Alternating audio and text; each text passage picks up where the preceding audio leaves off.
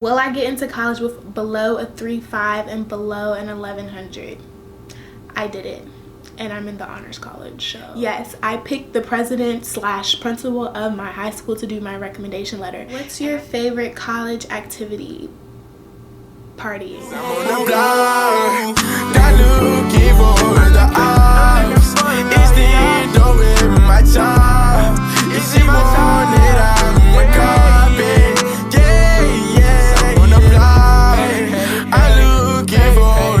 Welcome back to my channel. It's Kimerayvonne, and as you guys can tell by the title of this video, we're going to be having a sit down to talk about college advice.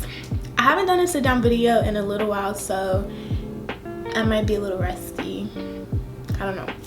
So basically, I just wanted to come on here and talk to you guys a little bit about my senior year of high school, college process, and the beginning of my freshman year. Yeah.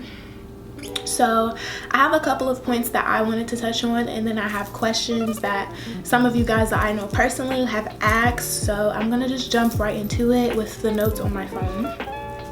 I feel so awkward like sitting here just talking to the camera. This is my first like real sit down video away from home, so it feels really weird, but I have some important stuff to tell you guys. So the very first thing for my seniors is to file Fafsa now.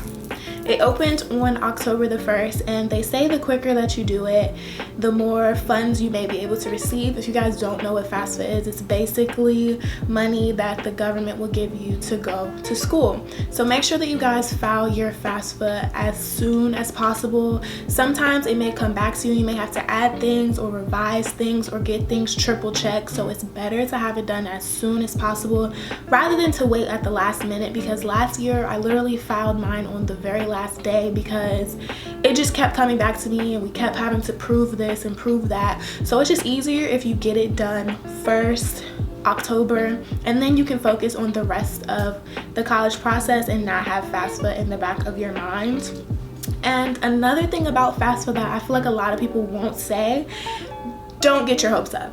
Do not get your hopes up. I feel like with FAFSA you have to be making like 5 cents to really get something. A lot of my friends were very disappointed when their FAFSA came back to see that they either got only loans or maybe like $1,000 grant. So guys, don't get your hopes up with FAFSA. Put your time elsewhere, but use FAFSA as a crutch, and sometimes you need FAFSA to fill out other scholarships or other ways to get money. So don't rely solely on FAFSA because the government will let you down.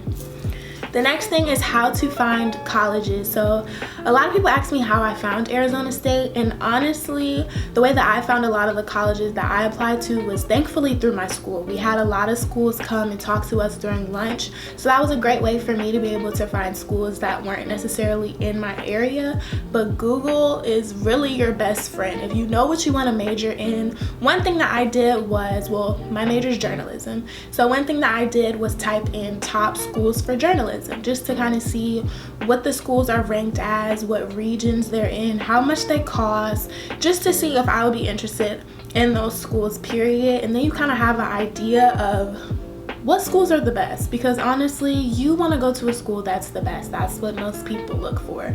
So honestly, Google is your best friend. When you're looking for colleges, type in schools that have the best dorms, schools that are good for journalism, schools that are good for pre-med, schools that are great for sororities. Literally anything that you want, you can type that into Google and they'll find schools that fit exactly what you want. Okay, next is your friends. So back to high school, being a senior, your friends are gonna feel very important to you. You know, this is a big time for you guys. This is the last time that you have together, the last hoorah. You're gonna be going to your last football games together. You have prom, you have graduation. And while all of that may be feeling very sentimental and amazing and like you guys are best friends right now, when you get to school in August, all of that is going to change. Like, it really is. I have people that I talk to every day in school that I have not spoken to one time since I've been here, that I haven't even spoken to one time over the summer. I have people that I was best friends with that I'm not friends with anymore. And people always told me that, but I didn't really believe it, and it's true. You're not gonna be friends with everybody who you are friends with, so I'm not saying keep your eyes out, but be prepared that you're not gonna be with the same people that you were through high school. Do not stress. I hear so many seniors right now stressing about their grades and their GPA and the college process and all of this and sleep and eating, all that. Do not stress, guys. Don't stress. Honestly, I was probably the most nonchalant person through this whole process because you always have to put yourself first. Me, I don't stay up past 12 doing homework. If it doesn't get done, it just doesn't get done, because I know that I need to be able to get enough sleep to be able to go to school the next day. So prioritize yourself. Prioritize getting enough sleep, making sure that you're eating the right things. Make sure that you're prioritizing spending time with your family, your friends, your mental health. If you have a job, don't lose focus on that. Things that you love, don't lose focus on that, because senior year is not as stressful as it should be. And I feel like a lot of times people just work themselves up to be this perfect senior with the perfect GPA and the perfect SAT, and you'll get into the school that you want without being perfect. So don't push it, don't force it. Okay, so is there anything else I really want to tell seniors? No, I think that's pretty much it. So a little bit of background on myself in my college process. The beginning of my senior year, my GPA was a 3.4. I took the SAT 2 times. The first time on the SAT, I got a 940, and the second time I took the SAT, I got a 1090. I did not even break the 1100 range, and I did not care one bit. As long as you put your best foot forward, you have no control after that. I just knew that I wanted to do better than 940, so I took it again and I got the 1090, and that was that. As far as my college process, I didn't take any APs. I did take a couple of honors classes in high school, but that was pretty much it. Didn't have a lot of extracurriculars. I cheered for 1 year, so that was about it. I had YouTube on my list of activities because that's basically where all my time goes. Just to show you that I was a regular schmegular degular, below average, quote unquote, senior. I wasn't doing all of this basketball manager. I wasn't doing anything to get the colleges to be pick me. I didn't do anything like that, so I didn't really feel the need to. So for me and the college search, I believe I applied to 12 schools, and I got into 11 of the 12. The only school that I did not get into was Florida State, and that was actually my #1 school. They offered me to do the little summer program where you can come in and do all of that, but I was like, no, either you want me or you don't, and they did not want me. So womp womp womp, that was fine.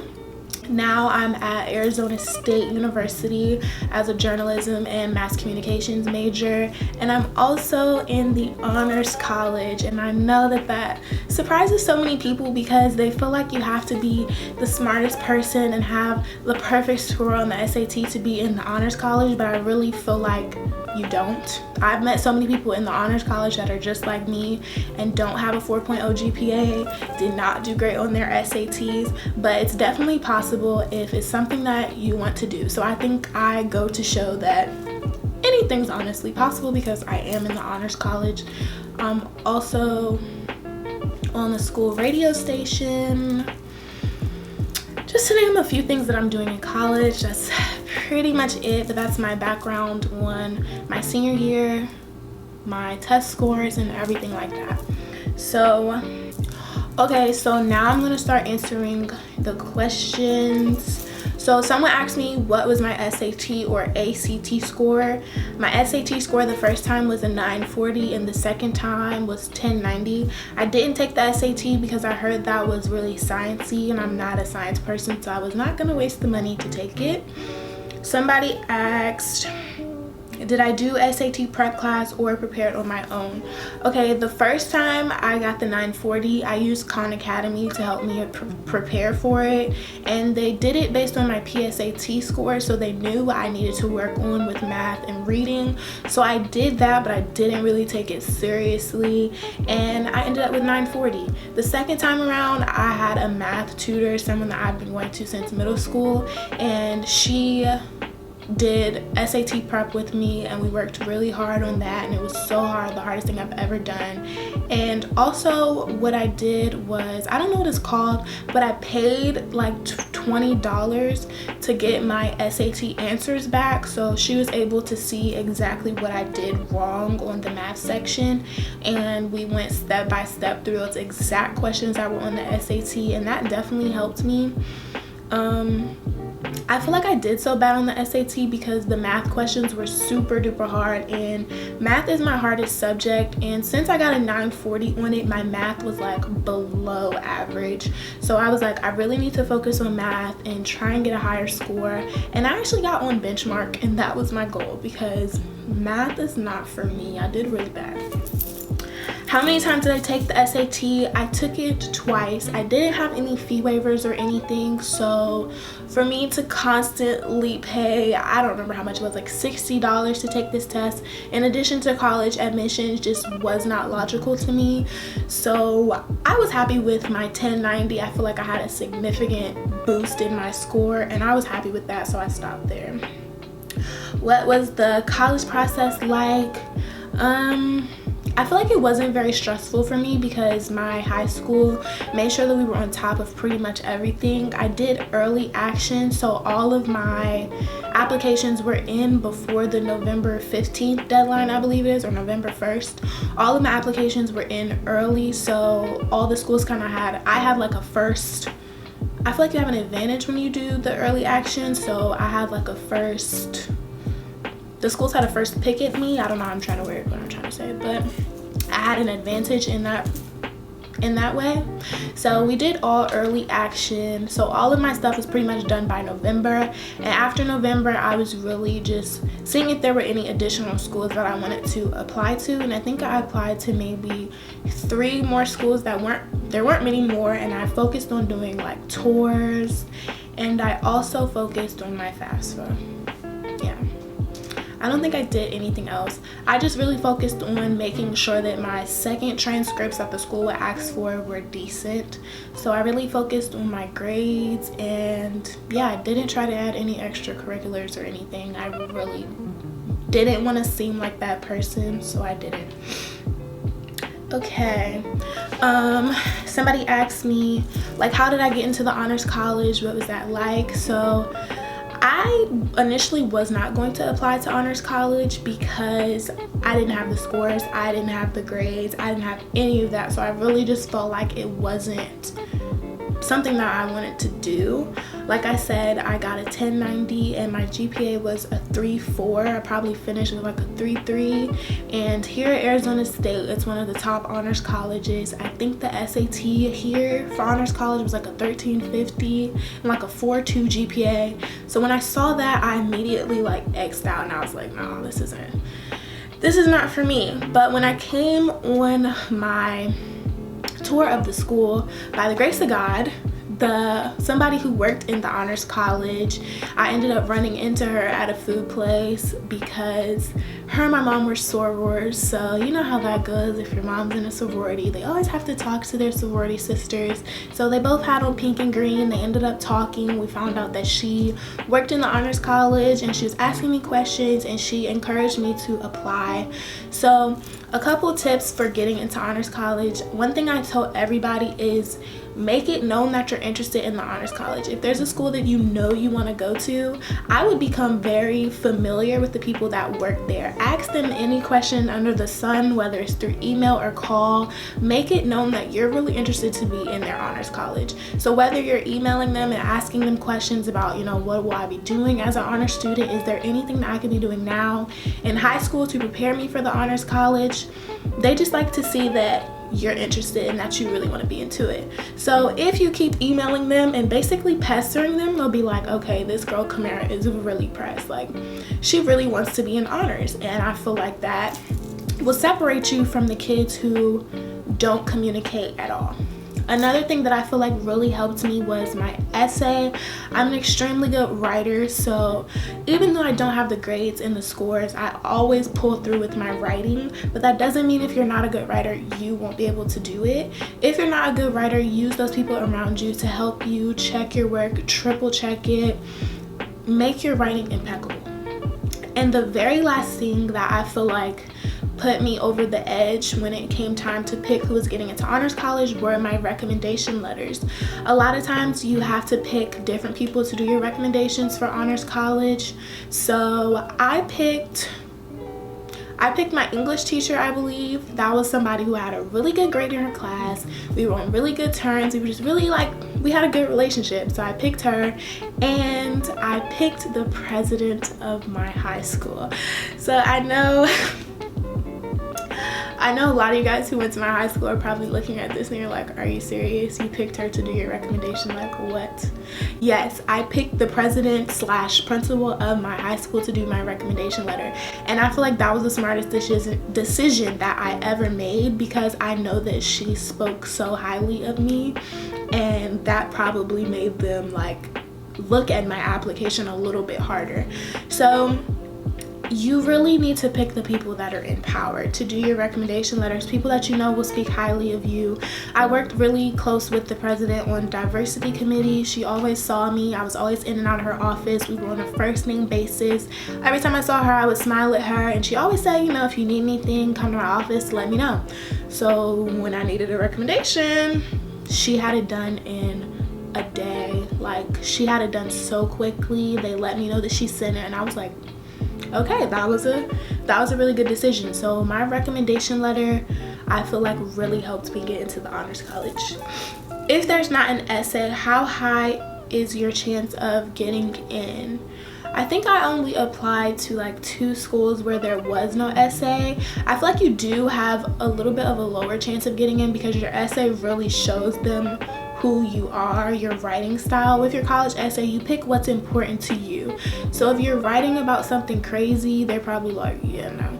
But if you're writing about something that's really meaningful to you, I feel like that makes a difference to people that are on the admissions council. So when you apply to schools and they don't have an essay, I feel like your chances might be a little bit lower. And if you're applying to schools that don't have an essay, you really have to have a crutch of a good GPA and a good SAT score to lean on, because you don't have that writing to showcase who you are. Do you recommend going out of state or staying in state? I feel like this is completely up to the individual. I decided to go out of state because the world is so big. There are 50 states, 7 continents, billions of people. And who am I to stay in little old Maryland for my whole life? So I really just felt like I wanted to branch out and get something different, a different coast, a new life, try something different. But that's definitely not for everybody. But I feel like there are benefits to coming in state, staying in state, or going out of state. For me, a big factor in going out of state was my major. Journalism is a very competitive major, and I knew that I wanted to go to the best, the top, the brightest. So I came to the Walter Cronkite School of Journalism and Mass Communications. That was something that was very important to me. I wanted to be at a school where when I go to the job interview, they're like, oh, you're from Walter Cronkite? Hire her immediately. I wanted to go to a school where they would just know, the school has some kind of oomph to it. And on the West Coast, ASU definitely has some clout. I didn't realize how many people have come from ASU or how many connects ASU has, but it's definitely the shiz. But I mean, it's really up to the individual. You don't even have to go that far. Or I just say try it out. Try going out of state. See if you like it. You can always come home. But it's up to you. Has moving out of the DMV been beneficial for you or no? If you guys don't know what the DMV is, it's DC, Maryland, Virginia, not DC Motor Vehicles. That's so annoying. Or is that even what it's called? I don't know, but it's DC, Maryland, Virginia. I feel like moving out of the DMV has been so beneficial for me because where I'm from, it's nothing but black people, to be blunt. You might see 1 or 2 white people in a day, but there aren't that many white people. So coming out here was definitely a culture shock for it to be the reverse, where I'm 1 or 2 black people. So I feel like it's been a very humbling humbling experience for me, and it makes me appreciate the DMV even more. But I've definitely been learning so much from being on a completely different coast. Like, life is so different out here, so I think I have learned a lot, and I honestly can't wait to come home because it's so different out here. But I can appreciate where I come from a lot more now. What's your favorite college activity? Partying. Yeah, I like the parties. They're fun. Will I get into college with below a 3.5 and below an 1100? I did it, and I'm in the honors college, so not to toot my own horn, but it's possible. GPA to get into honors college, I had a 3.4, but they wanted a 4.2, so it's a big jump. If you could go back and change something about your senior year, what would it be? This is a hard question. One thing I would change about my senior year, probably change like the college process and not be so anal about it and be so quick to be like, this is my top choice, this is where I'm going, because things change so quickly. Like, you start off the college process saying you want to go somewhere, and by the end of it you end up somewhere completely different. So I think I would be more open to where life takes me. Like, I would go with the flow a lot more. I was definitely like, I'm doing this, like I know I'm doing this, and when I didn't get accepted to Florida State, I was like stuck. If I would have known like that I wasn't gonna get into Florida State, I think I would have given more schools, like different schools, more attention. I wouldn't have been so like set on being a Seminole, and I would have given A&T more attention, learning more about their programs. I probably would have known about Arizona State a lot sooner. There could have been other schools that I applied to, but I was so focused on that one school, didn't even get into it, and I had to change my plans fast. What made you choose your school? Do you feel like you picked the right choice? What made me pick my school? I picked this school, like I said, because of their journalism program and because of the clout that the school had. They gave me scholarship money. I love the idea that I could have my own room. Initially, I came into the college process knowing that I did not want to do community bathrooms. I was like, that's a no-no. And if I could have my own room, that was nice. So being that I ended up with my own room, that's been amazing. I really like the amenities of the school. Like, you guys know, PWIs have money. You have so many amenities coming to one, and I definitely wanted to mooch off the amenities. Like, I have free laundry. That's amazing. So like, I wash anything. Like, I'll wash one t-shirt, one sock, like just because it's free and it's literally right down the hall. Like, we have free cable, we have free Wi-Fi, I have free printing, you can go to the games for free, and these are like D1 games against USC, like games that everybody wants to go to. You have all of these like internships and professional programs and just so many things to set you up for success. And even after you graduate from here, the alum association is so strong. Like, if you tell people you're a Sun Devil, like, it's kind of scary how excited they get. The alums are so strong out here. Even back home, like when I would tell people I was going to Arizona State, they're like, oh my god, you're a Sun Devil, like, okay, like I didn't realize. So yeah, basically I liked what the school could offer me, and I feel like that's very important when you're going into the college process. You need to be looking at what the schools can offer you. Yes, it's about what you can offer to the school, but you're paying them, you're giving them the money, so what can they offer you? If they have moldy bathrooms and community bathrooms and their dorms haven't been updated and the facilities are just nasty and you have to pay $10 for laundry, I mean, I don't know how much it costs. I don't pay. But if you just feel like you have to sacrifice so much to go to this school and you're just not happy, then there are schools out there that will give you everything that you want. Like, all the facilities here are new and beautiful. Like, you get what you pay for, it literally. So don't go into a school and you're just so like set on selling yourself. They need to sell you too. Honestly, they really do, because college is too expensive to end up somewhere where you're not happy or somewhere where you could be getting better. I don't have any more questions. I hope that I cover a lot for you guys in this video. If you guys have any more questions, please leave them down below in the description box and I'll make sure to answer them for you guys. And I think that's pretty much it. So I'll see you guys in the next video. Bye guys.